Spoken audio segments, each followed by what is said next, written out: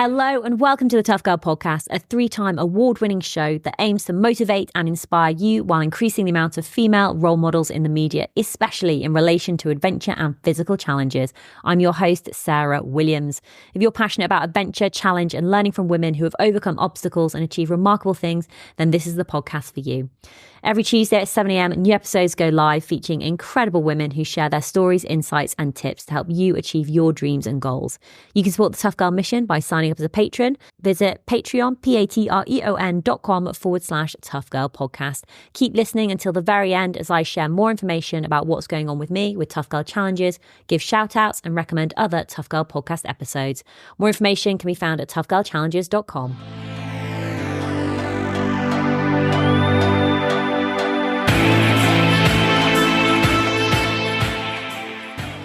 I actually always struggle to explain kind of what I do. It seems like such an easy question, but I do lots of things. For work, I am a motivational speaker. I'm a high performance coach. I facilitate workshops in corporate organizations on leadership and human performance. I speak at big events and also in corporate environments about some of my life experiences that include some, I guess, fairly extraordinary endeavours that we'll probably come on to talk about, but also some fairly ordinary and very relatable life experiences, navigating tricky relationships and all the learnings that kind of come from that.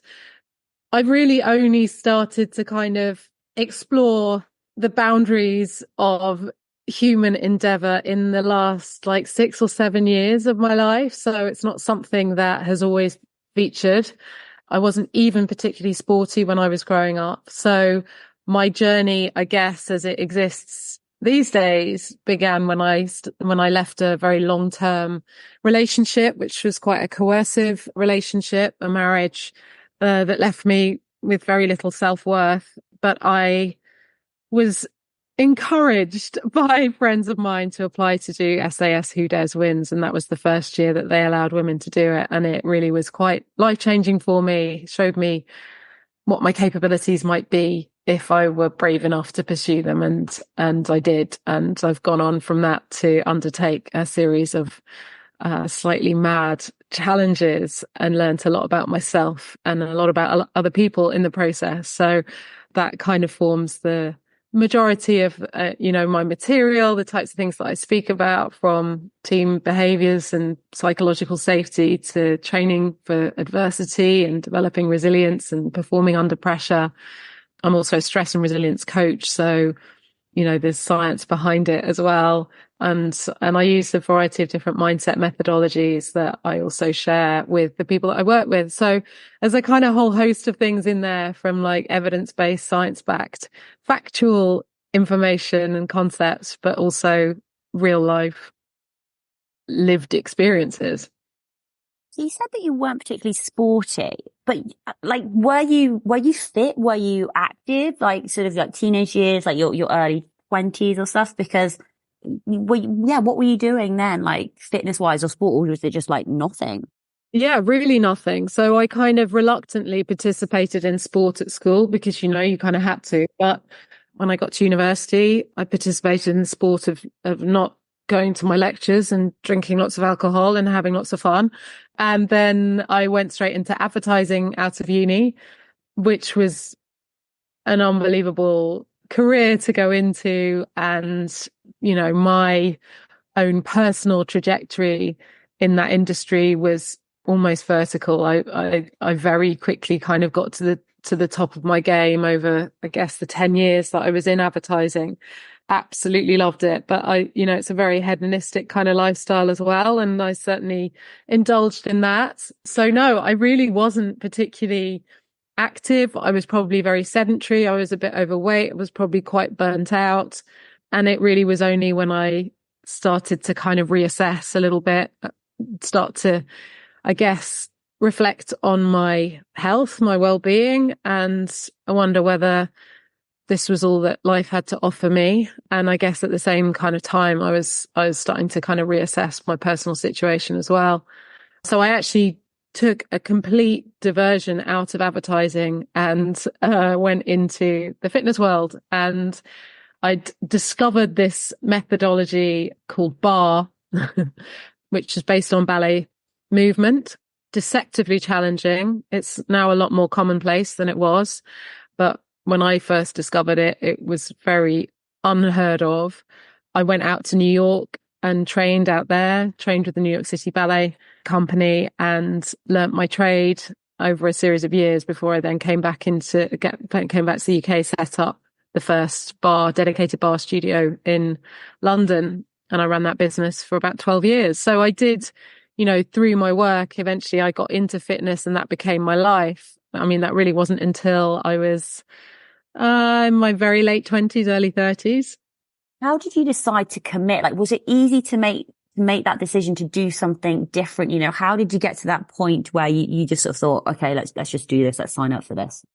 No, I mean, the hard decision for me was leaving that relationship. And I guess that really was the catalyst for everything else. But once I'd done that, I guess I just had this awareness that, terrified as I was of the unknown and being on my own for the first time since I was 19 years old, and I just turned 40 at this stage, I didn't have to ask permission from anyone else in my life to do anything. And I guess I just started leaning into things. I'd obviously been training physically for a really long time anyway. And so I had built up a certain degree of physical empowerment that tips into, I think, emotional and mental empowerment too. Those were really the triggers for me being able to leave that relationship. And then just an amazing group of friends around me who, I mean, I'd been watching the show for years prior. I don't know if you even can remember back to when it used to only be for men. And when they announced that women were allowed to participate, I think I shared it on my Instagram. And then I was inundated with people, friends and also strangers saying, well, are you going to apply for it? And that hadn't been my intention at all. So I kind of applied just to shut people up. Just to say, yeah, okay, I have now, and now you can stop asking me. And then, yeah, I guess the wheels started to move and I found myself in Chile in the Andes, one of 24 recruits, men and women together. And yeah, going through the process of Special Forces selection and everything that entails. And it was just the most incredible experience, really exposing me to so many things, but most of all, my own capabilities. And I thought I would last for 24 hours. I thought it was kind of some weird joke that I was there in the first place, but I kind of knew that I had the physical capabilities to some extent, but I definitely didn't have the self-belief. And that was the missing piece for me. And that's really what that process gave me.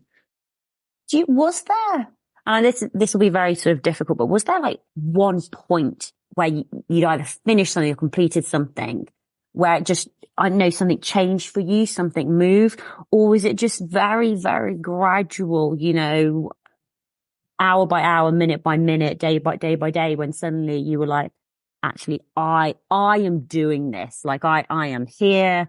And I know where your beliefs about yourself and your capabilities did change. Yeah, I think there were kind of two things. So the first, and it seems like really innocuous because there were obviously some high drama moments on the show. So to pick this seems to underplay those things in a way. But I remember having undertaken one task, and I can't even remember now what it was, but we were absolutely exhausted. And we came back into our, and I use this term loosely, accommodation. Like we literally lived in these like pigsty buildings. They were horrendous. And I remember coming back in and sitting on my bed, this like awful camp bed thing that we had. And any time that you got to quote unquote relax, you also knew in the back of your head that they could come in at any moment and start screaming, pull you out into the parade yard, put you in a unimob, take you somewhere and make you do something awful. So there never really was any time to actually relax. But I do remember this moment sat on my camp bed thinking, I don't know if I can actually cope with the anxiety, the constant cortisol and adrenaline of not knowing what's coming next. And I started to kind of get myself into a bit of a state over it, thinking, I don't think I can continue with this. Like, that was the thing that I felt like it's not going to be my physical capability necessarily. It's going to be how I manage my mental perspective and approach to it. And then before I could kind of continue with that, they then did like literally raid through the door and we were pulled out onto another task. And that was hard and, done under their kind of brutal scrutiny, but it was also incredibly fun. And it was just this amazing opportunity for teamwork and to bond with the people that I was there with. And I remember at the end of that thinking, for goodness sake, it's always the thought of something being worse than the reality of it. So I just kind of then got in control of my thoughts a bit more and I guess focus my attention more on what an amazing opportunity it was and what I was getting from it. And I guess there were times where I was sort of comparing it to my very stressful situation back home and my divorce and thinking, God, there are times that have been darker going through that process than being here and going through this and going through interrogation. So I guess it's that kind of ability to like compare and make those comparisons and kind of think like, relatively speaking, this is not as bad as something else that I've been through or that I'm going through that I'm coping with. So all those reflections and all those learnings. And the other one was, I guess, just witnessing other recruits and particularly the men dropping out of the process. And so there was sort of hard evidence around me that I was still there and other people who I really rated weren't. And you kind of can't keep ignoring that. I guess that was the turning point for me with my self-belief, where I was like, okay, maybe I am good enough to still be here. I have to be. Otherwise, they literally don't take any prisoners. So, and it wasn't about false modesty. It genuinely was like a crushing lack of self-belief. And it, in a very short, concentrated period of time, it was just the most amazing gift really to have in my life, to see that I was capable of so much more than I gave myself credit for. One of the things you talked about was almost this anxiety because of, the unknown, like not knowing when they were going to come in and, sort of drag you out and stuff. And did you find yourself, and now, even sort of now, do you find yourself able to live more in the present, in the moment? And do you still get sort of anxious? Yeah, I guess at times. I mean, I don't ever, and I coach this when I'm doing work with other people. Like, I don't think we ever get to a point where we've perfectly conquered all of our internal voices and self-doubt. I think it's always there to some extent, isn't it? I think it's just about managing it and having techniques and experiences more than that. So building those kind of layers of resilience and the reminders of what you've been through in the past and what you can get through in the future. But yeah, I think they're always there to a degree. I think that's just kind of healthy self-preservation, isn't it? Our minds are so smart, so clever, and they do play tricks with us. I think it's just about having that useful perspective that is based on real experiences, leaning into things that we fear and realizing that we can deal with them, we can overcome them, and that there's amazing opportunity on the other side. What you just said there is like leaning into fear and confronting fear. You do have a particular fear. I don't know if it's still there, around deep open water. And you decided to take on a rowing challenge, which is amazing. Would you like to share a little bit more about your row across the Pacific Ocean, how it came about and why you decided that you wanted to take on this challenge, and how dealing with that fear, sort of how that was combined? So this was something that was offered to me actually at a press event for SAS Who Dares Wins. So I'd literally just done that program and someone just came up to me and said, would you ever consider rowing an ocean? And I was just in this kind of slightly crazy phase of my life where I was just saying yes to things. And if anyone had watched the series that I was on for SAS, they'd have been aware of my fear of water and that I did have quite a serious near drowning experience on the show and a panic attack after that. And it was something that I came out at that time in my life feeling, I guess, a bit of regret over. I didn't want people to see me as being weak and full of fear. I wanted to kind of, I was sort of trying to steer my way through a pretty tough time personally. And I kind of was trying to, I guess, be brave and courageous and cope. So that opportunity came at a moment where I guess I was acutely aware of what I considered to be my weaknesses. And I thought that has to be the way that I overcome this. Like, I will have to go through a structured program of, exposing myself to deep open water, being on the water, learning how to swim and how to cope with that. And I did. And, I did open water swimming coaching, and I also did some cognitive behavioral therapy to understand the fear that I had. I actually, over time, realized that those, what I consider to be weaknesses and vulnerabilities, are, in fact, the biggest strengths of all. And they're the things that people relate to the most. So I started to cease to give myself such a hard time over them and actually speak about them a bit more openly. But that was kind of the driver for me, just immediately saying yes when I didn't know what an ocean row was, which ocean was being discussed, what an ocean rowing boat looked like, how long it would take, how far it was, what it would involve, any of those things. I just instinctively knew that it was the right next step for me to take, and that I had to, I guess, continue on this journey of exploration and adventure and discovering my limits. Right. So I did that in 2021. It was postponed by a year because of COVID, which actually, long story cut short, meant that the two teammates, the two girls that I had anticipated doing it with, weren't able to actually do the row in the end because they couldn't defer their places for another year after the pandemic. So I had to find new teammates, and I didn't have really the rowing experience. The other two girls who'd been part of the team before that were rowing coaches and quite experienced.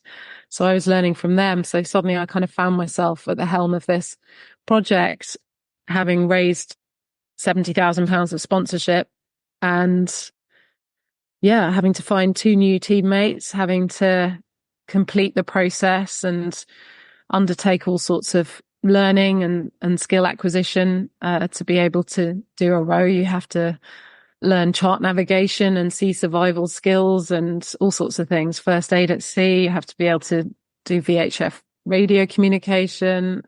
There's just so many boxes that you have to tick. You can't just go and lease a boat and do it. So that was a huge undertaking. And then, of course, doing it with two girls that I didn't really know very well. In fact, one of them I only met when I got to San Francisco on the start line of the race. So that threw up its own problems later down the line. And our team dynamic was actually very difficult. So what I thought was going to be the adventure of a lifetime, it was. And, we got a world record and we completed it and, learned a lot about ourselves in the process. But the team dynamic was incredibly difficult and impacted me quite badly for some time afterwards.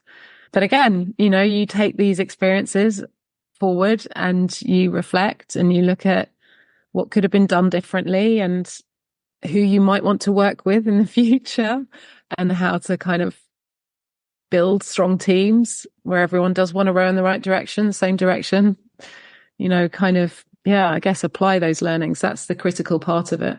Would you be okay talking about the team dynamics a little bit more, or would you prefer me to focus in a different area? Yeah, no, I do speak about it quite openly. As I said, there were two girls who actually knew each other and had a pre-existing friendship over many years. And one of them I hadn't met because of COVID. We hadn't really spent much time together, even on Zoom. There were lots of things that we had to do separately. We were training separately. I spent a little bit of time with the other girl, very limited amount of time actually on our boat training in the UK before it was shipped to San Francisco. So There were just lots of things that we didn't have the opportunity to put in place. But then on a deeper level, I guess, emotionally investing in each other and understanding who we were, what we needed, where our boundaries lay. All of that work wasn't done, and there wasn't any willingness to do it. And I found the whole experience emotionally very challenging, very isolating. There was bullying, and yeah, it was just really hard to kind of tolerate poor behavior when you're on a 24-foot boat and you can't allow conflict to escalate, and there is absolutely nowhere to go. So having to internalize all of those emotions and feelings was quite destructive. I really struggled with that for some time after the row. And I didn't want to be part of a team to do anything after that. I lost faith in teamwork. And 60 days is a really, really, really long time to be in a confined environment with two people that you just don't get on with and who don't understand you, who you don't feel safe with. And, let alone all of the sort of the physical decline that obviously you go through undertaking something like that. I mean, I lost 15 kilos in weight. I was very seasick for about 20 days. So the impact kind of physically is one thing, but then, emotionally, psychologically is another. But you pick yourself back up and you go again. And I did. And I spent some time kind of undertaking a couple of things solo to understand, I guess, draw on my inner strengths and recharge a bit and figure out who I was and what I needed from life. And I did an ultra distance run across the Arctic just with a friend, and that went really well. And we worked together incredibly well. It's like 250 kilometers over 5 days in minus 35 degrees. So pretty testing environment. And, started to kind of put in place some of the things that had not been there for the row and apply, like I said, those learnings that you take from, hopefully that you take from experiences in life. I think that's the only way to kind of overcome them, if you like. I tried to avoid it for a while, but I don't think avoidance is a good strategy at all. So I kind of eased my way back in to adventure and to working with other people and needing to rely on other people, but also discovering what I was made of and realizing that there will be times in our lives when we feel like we're alone, when we haven't got anyone or anything. And then to be able to rely on yourself and to know that you can do that is the absolute goal, I think. But you can't live your life alone, and just being alone is a test of absolutely nothing. So that eventually kind of led me to then pick up the Race Across America project, which had been kind of on my bucket list for a while, and that we did as a team of 4 women. So that was kind of initially something that I was a little bit anxious about stepping into, but it was just the most incredible experience and a completely different team dynamic and outcome, really. In terms of, I suppose, the, teammates, team dynamics, going from doing your solo challenges to team challenges, and after having that experience during the ocean row, how did it change either how you selected teammates? What were you selecting? Were you being selected? Were you clear with your boundaries, or in your, like, this is how I communicate, or, look, I have a social battery. When I get tired and hungry, I get hangry. What did you end up changing, I suppose, so that actually the team became a team? Yeah, so much, honestly. And the learnings from that are the things that I take forward into my work now, but also applied to my own endeavours and adventures. And I think one of the key things that I learnt was about leaning into difficult conversations.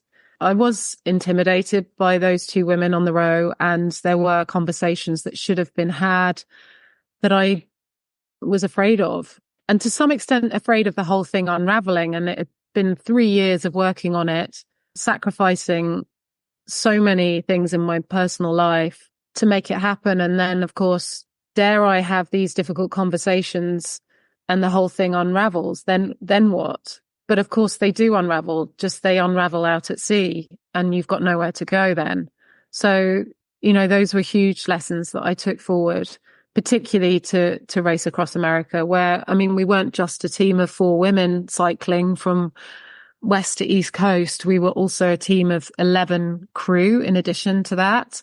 And then we had a media team with us of 3 people.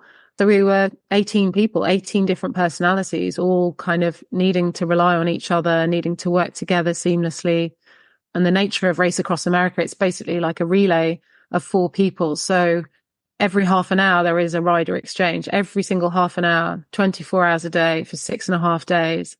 It needs to work smoothly. People have to communicate really well and feel safe and supported and taken care of and, able to put forward thoughts and ideas and give feedback without fear of negative consequences or judgment. So those were all the things that I really tried to put in place. And I was the initiator of the project. It was an idea that I had in my head. So I did begin to bring that team together. And there were various points of that process where, people did defer to me to make decisions as the initiator of the project. But leadership is not something that I've always felt hugely comfortable with. I guess through my life, I've had experiences of relationships where there's been a kind of power over dynamic. And certainly the row, that was true of the row. There was a hierarchy there.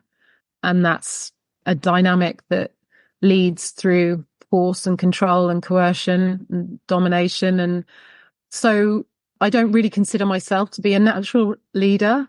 And if it's required of me, actually, I can feel quite anxious about that and quite uneasy. But, again, it's something that I knew I had to lean into. And I was the initiator of the project. So there were times where I had to step up and I had to kind of make that work, but through a different kind of shared power and, power from within, I guess, understanding myself and knowing what my personal capacity is and was, and having spent that time on my own and understood the power of self-reliance to be able to better affect productive team dynamics. And there were difficult conversations that I absolutely lent into. There were crew changes that had to happen because we knew that personality clashes existed. These were things on this occasion that I didn't shy away from because I knew what the consequences might be. So yeah, like huge learnings. And then I guess the other aspect of that was that on the day that we started the race, I needed to just be a rider. I couldn't then also be the lead of the project. There couldn't be any hierarchy at that point. I needed to be 1 equal quarter of that team. And I think that's a really key learning that I've taken about leadership is that, good leaders need to understand how to play different roles at different times. And a good leader is a good follower as well. A good leader is a good team player. So yeah, I guess I've learned a huge amount, both about how to kind of pull together endeavors and projects and teams, but also how I operate in those environments. One of the words that you've used is the word, feeling safe and, not feeling safe in situations, but then wanting to feel safe. What makes you feel safe when you're out adventuring on challenges, doing different endeavors? Like, what do you need to have in place to give you that feeling? Yeah, I think it comes down to emotional support, I think, at the end of the day. One of the things that I talk about is a concept called free speed, which is something that exists in cycling, which is about physics, and it's about your position on the bike, or it's about gravitational drag, or it's about rolling resistance, mechanical losses, all sorts of things that can be adapted on a bike to make you go faster for the same power output. But I relate to the idea of free speed in an emotional sense. And I think very rarely for any kind of team does it come down to physical performance or level of skill or hard work even. I think it comes down to how well you understand each other and how well you understand yourself. And one of the key things that I put in place for Race Across America, and one of the key things that I coach in corporate environments, is about understanding each other's tells and signals under stress. And, we can be equipped with all of the skills and experience and structures in the world and know that we, in theory, can perform really well. But under stress and pressure and overwhelm, our emotions can take over and all of that can just go out of the window. So I think it's really key to understand, or certainly for me to feel safe in a team, is about people understanding how I might be under stress and under pressure, how that might manifest itself in me. And I want to understand how that will manifest itself in others, so that when you do have those moments where you kind of lose your ability to think critically and logically, you can understand where that response is coming from, and rather than judging it, empathize and also really understand what each other needs in that moment. So for one person, it might be that they need to be left alone to just process. Another person might need a hand on a shoulder and a look of recognition that someone understands that they're in a place of overwhelm. Someone else might need a joke to be made or to be reminded of what they're capable of. We're all different, and it really is about recognizing that and allowing those motions to play out. I mean, we're not robots. And, when there is pressure around us, we all respond in the only way that perhaps we know how, that we've been conditioned to respond. And that is about, it's, self-preservation, it's protection. And it's really just about understanding that. It's pretty simple, actually, when you think about it. But we allow emotion to become the thing that can derail so much in our lives. So you were racing the world's toughest bike race, RAAM, Race Across America, West Coast to East Coast, 6 days, 19 hours and 38 minutes. How long were you training for before you took on this race, and what did it look like? So anyone who knows anything about me knows that I kind of jumped from endeavour to endeavour, and I wasn't a rower before I did the row. I'm definitely not a runner either, but that doesn't necessarily mean you can't run 250 kilometers carrying a 10-kilo backpack. You just got to put one foot in front of the other. But I also wasn't a cyclist. And I remember joining a local cycling triathlon club, actually, to go out on long rides as a club and to kind of have the support and coaching that I needed. And I remember rocking up with my slightly shitty Trek bike and telling people that I'd signed up to do this race across America. And of course they heard of it. And I got some really dodgy looks relating to the bike that I was on and my ability to ride it well. So, I really had my work cut out for me, but I kind of knew that I could apply myself, and I recruited, I engaged an Olympic level cycling coach, which just transformed my performance on the bike. And I'm lucky to have a great friend of mine is a Paralympic triathlete, Lauren Steadman. So she helped me so much. She sold me a couple of her bikes, her old bikes, which transformed my performance a bit more. And, bit by bit, I kind of turned myself from someone who literally wouldn't take their water bottle out of the cage whilst moving to someone who can hit really high speeds and tolerate 6.5 days on a bike and get a world record for doing it. It is amazing what we can do when we set our minds to it. But I did all of that really within the space of a year. But, it took a lot of time and energy. And I suppose I was training probably upwards of 25 hours a week. Not all of that cycling, some of it strength training as well. But yeah, anything's possible when you put your mind to it. When you look back on it, what was one of those magical moments? Was there a moment in the race which was like pure joy, or was it not that type of race where there was like a highlight apart from crossing the finish line? There were so many moments of pure joy. Honestly, I'm so glad that I took that decision to do it and took some of the hard decisions along the way to ensure that it could be an enjoyable experience for everybody involved. Our crew literally broke my heart every single day in a good way, just through their willingness to give up their time for free and to support us in our endeavour. Really the riders are the ones that get the glory and the world record, not the crew, but that inspired me every second, every minute that we were out there. Some of the scenery that we saw was absolutely insane. And just those beautiful moments of togetherness as a team, high emotion, low emotion. One moment that stands out particularly right towards the end when we thought we were kind of losing our edge.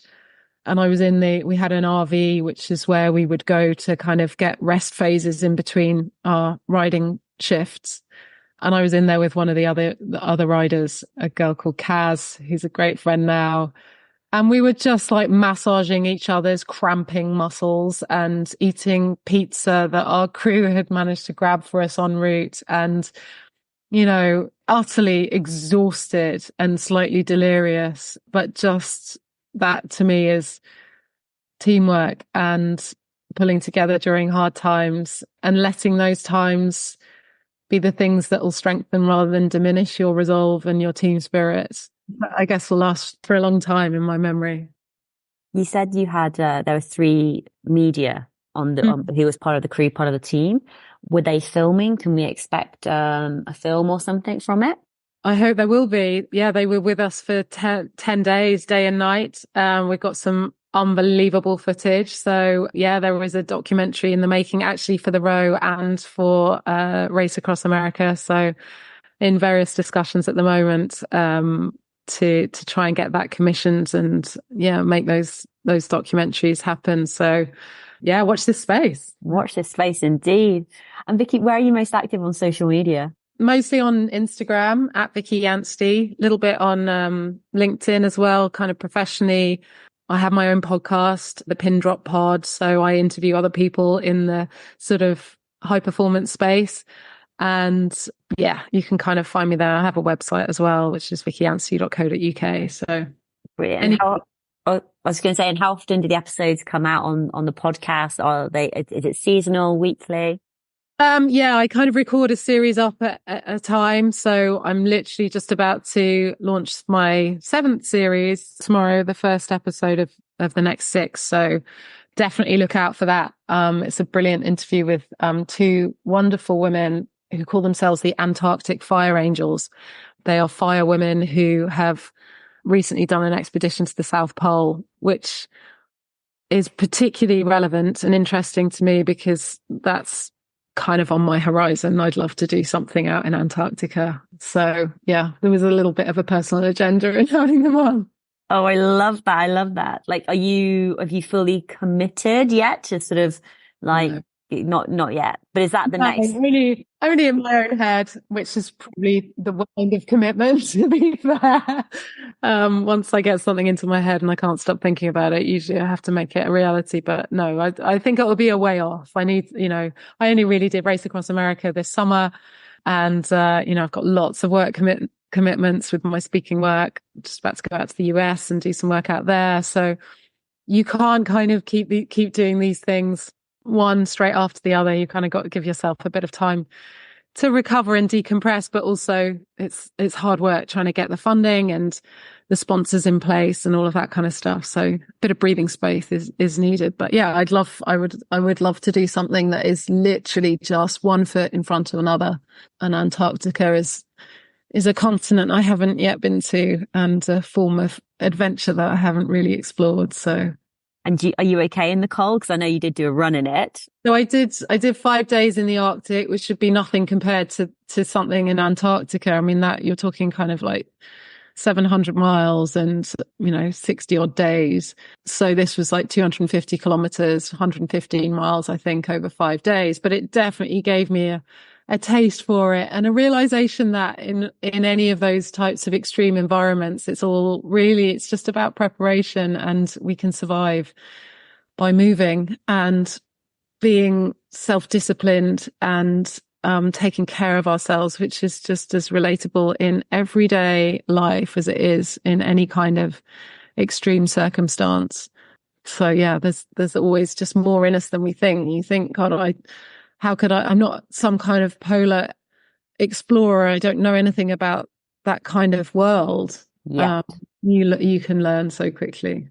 Oh, Vicki, thank you so much for coming on Topical Podcast. It's been amazing to speak to you, but I would love for you to have the final words of advice, final words of wisdom for other women out there who do want to get more adventure in their life, whether it's rowing an ocean, cycling across America, taking on a challenge which is personal to them. Apart from just do it, what words of advice would you like to share? For me, it's about reframing what you think fear is. And often what we think we're most afraid of is really where the opportunities lie, the biggest opportunities lie.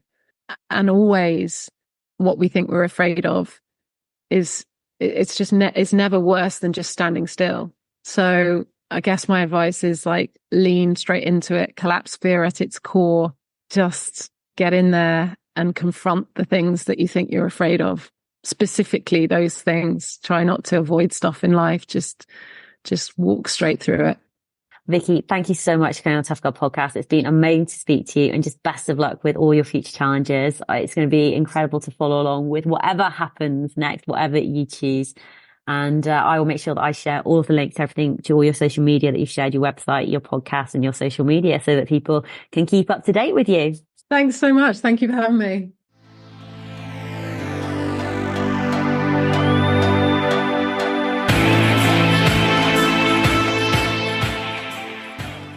Hey Tribe, I really hope you enjoyed that conversation with Vicki. It was really great hearing about the variety of different challenges that she's done, from SAS reality TV show to cycling across America to rowing an ocean.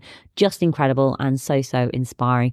Everything that we have talked about today is available in the show notes at toughgirlchallenges.com. So please do go and check out the website. Tough Girl Podcast has been going for over 9 years now. There's over 700 episodes in the back catalogue, and all of these episodes are evergreen. And what that means is basically all the content is still valid. So even if you listen to episodes from 2015, 2016, 2017, etc., you will still gain something from them. Something, whether it's new tips, new pieces of advice, something you can apply to your everyday life as you go after your adventures and challenges. Just want to give you a little update of what I've been up to. So I have shared that I'm currently working on my ankle strength and my mobility. I am currently at home. I'm going to be home for the foreseeable future, really. I don't really have any plans at the moment for 2025. I'm basically trying to keep my options open. I do have a list of a huge amount of challenges that I want to take on, sort of all over the world, whether that's going over to America to hike the PCT, whether it's finishing off the two Caminos that I haven't done yet, or doing other hikes in sort of France, or the GR20 in Corsica. There is lots of cool stuff that I do want to be doing, but I'm just not quite sure what that's looking like at the moment. So I'm doing a bit of a reset, refocusing on strength, mobility, getting back to my yoga, yin yoga specifically. That is my jam. I am sharing this online at Tough Girl Challenges, so you can come and follow along with my journey. The other exciting bit of news is that the Tough Girl, not Tough Girl Podcast, their Tough Girl YouTube channel, the vlogs from New Zealand, from my Te Aroha hike that I did last year, are now finally going live. It's basically a year later, but they're going to be going out every Friday, Sunday and Wednesday at 7 a.m. UK time. So if you haven't subscribed to the Tough Girl YouTube channel, then please do go and subscribe. You can watch all of my previous vlogs from my different adventures and my different hikes, from the Cotswold Way, the Camino Primitivo, walking the coast to coast, Offers Dyke, Camino Francis, the Isle of Man Coastal Path, the Hebridean Way, the Wales Coast Path, hiking the Great Glen Way, the West Highland Way, and climbing Ben Nevis. There's the Pilgrims Way, there's the South Downs Way, there's the Overland Track in Tasmania, hiking the Lycian Way in Turkey, walking the Camino Portuguese. That was way back in 2019. There's also riding Baja California and cycling the Pacific Coast Highway. There is and the Appalachian Trail vlogs as well. So there's 100 vlogs from the Appalachian Trail. It's so funny when I go back to watch them, because obviously I hadn't really done much filming back in 2017 and it's just so, I think I've improved so much with my editing and the content that I'm sharing. So it's definitely been a journey. And if you're training for Marathon des Sables as well, I do have a playlist on Marathon to Sabs. It's from 2016, but in the playlist, it's basically like full preparation. It talks about, what I'm taking, what's packing in my bag, what clothing I'm taking, what did I sleep. I talk about food prep. I talk about shoes. I talk about food. I think I was paleo back then. I was basically I was doing keto back then. I was like very, very low carb. I talk about wearing compression gear for Marathon to Sabs. And then there's also 2 other videos. One, which is Marathon to Sabs answering your questions. And then the Tough Girl podcast episode that I did is also in there. It's about an hour long, and I do talk through everything. So loads and loads of information. But if anything, if you've got any questions, anything you want to reach out, anything you want to chat to me about, let me know, update me about your challenges and your adventures. Please do send me an email, sarah@toughgirlchallenges.com. I'm also available on Instagram @toughgirlchallenges. So it'll be great to hear from you. Thank you again for all your support. If you'd like to play it forward and you're in a financially stable position at the moment, I'd love for you to visit Patreon, patreon.com/toughgirlpodcast. You can sign up as a monthly patron or an annual patron, any currency pretty much. It really does make a difference. $5 a month, $10 a month. It all adds up, and it really does help to fund the running cost of hosting the Tough Girl podcast. What else do I need to say? Yeah, all that's left for me to say is, wherever you are, whatever you are doing, give it your all, give it 110%, get after it, go for it, believe in yourself, because I believe in you. Take care, lots of love, and I'll speak to you soon. Bye.